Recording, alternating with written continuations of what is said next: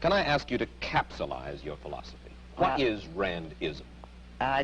First of all, I do not call it Randism, and I don't like that name. I call it objectivism. All right. Meaning a philosophy based on objective reality. Now let me explain it as briefly as I can. First, my philosophy is based on the concept that reality exists as an objective absolute, that man's mind, reason, is his means of perceiving it, and that man needs a rational morality. I am primarily the creator of a new code of morality which has so far been believed impossible, namely a morality not based on faith. Not on faith, not on arbitrary whim, not on emotion, not on arbitrary edict, mystical or social, but on reason, a morality which can be proved by means of logic, which can be demonstrated to be true and necessary. All right, all right. Now, may I define what my morality is? All right. Because this is merely an introduction. My morality is based on man's life as a standard of value. And since man's mind is his basic means of survival, I hold that if man wants to live on earth and to live as a human being, he has to hold reason as an absolute, by which I mean that he has to hold reason as his only guide to action, and that he must live by the independent judgment of his own mind, that his highest moral purpose is the achievement of his own happiness, and that he must not force other people, nor accept their right to force him, that each man must live as an end in himself and follow his own rational self-interest. And now, what is self-sacrifice? Yes, what is self-sacrifice? You say that you do not like the altruism by which we live. You like a certain kind of Ayn Randist selfishness. I would say that I don't like is too weak a word. I consider it evil.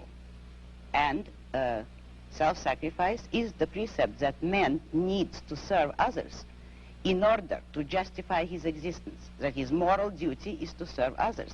That is what most people believe today. Well, yes, we're taught to feel concerned for our fellow man, to feel responsible for his welfare, to feel that we are, as religious people might put it, children under God and responsible one for the other. Now, why do you rebel? What's wrong with this philosophy?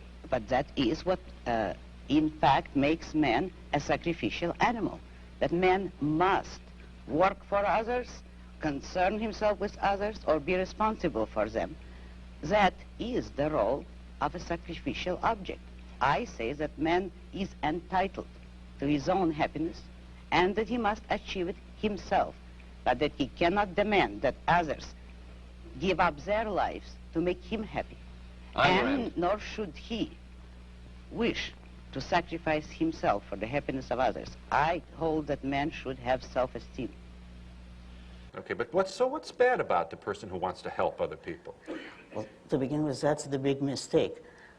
People can want to help other people properly and with very good reasons, but that isn't altruism. Altruism doesn't mean merely helping people. It means sacrificing yourself to others, placing the interests of others above your own. It's the self-sacrificing person who is an altruist. And what's wrong with that? What's wrong with committing suicide? What's wrong with giving up life? And why is the happiness of another person important and good, but not your own? To sacrifice for your loved one is, in many cases, then, a misnomer. If you love your husband or wife, and you have to, let us say, select between spending money for your spouse if he's ill, or going to a nightclub. It's not a sacrifice to spend money for your spouse if he or she is your value. That is what you want to do. I see. But if you let, for instance, your husband die in order to save the neighbor's husband or your wife, that would be altruism. You can make others happy when and if those others mean something to you selfishly. If you love them, then you want to make them happy. Fine. If you don't love them, that's not a moral crime. You don't have to love everybody. You cannot love everybody because it's a meaningless expression. You can love only those whom you value, and if they contribute to your happiness, you contribute to theirs. That's fine. But each one of you has to be selfish about it. I don't understand why you have to be so harsh in your evaluation of those people. Why call it immoral? Why don't you just say, why don't you say it's a waste of time? Why pass judgment on me? Because look at the state of the world today. Yeah. And you cannot be harsh enough on those who created it. And those who created it are the philosophers of altruism. It's those who preach self-sacrifice, selflessness, self-abnegation, all the anti-self theories, which means anti-man. All those who demand man's sacrifice, they have succeeded, and look at the results in the world.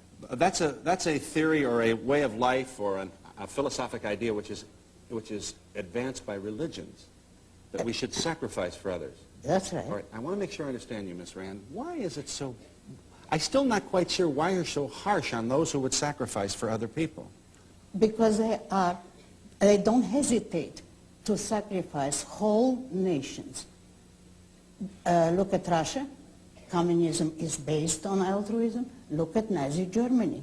The Nazis were more explicit than even the Russians in preaching self-sacrifice and altruism, and self-sacrifice for the state, for the folk, the people. Every dictatorship is based on altruism. Now you can't fight it by merely saying it's a difference of opinion. It's a difference of life and death. If a life can have a theme song, and I believe every worthwhile one has, mine is a religion, an obsession or a mania, or all of these, expressed in one word: individualism.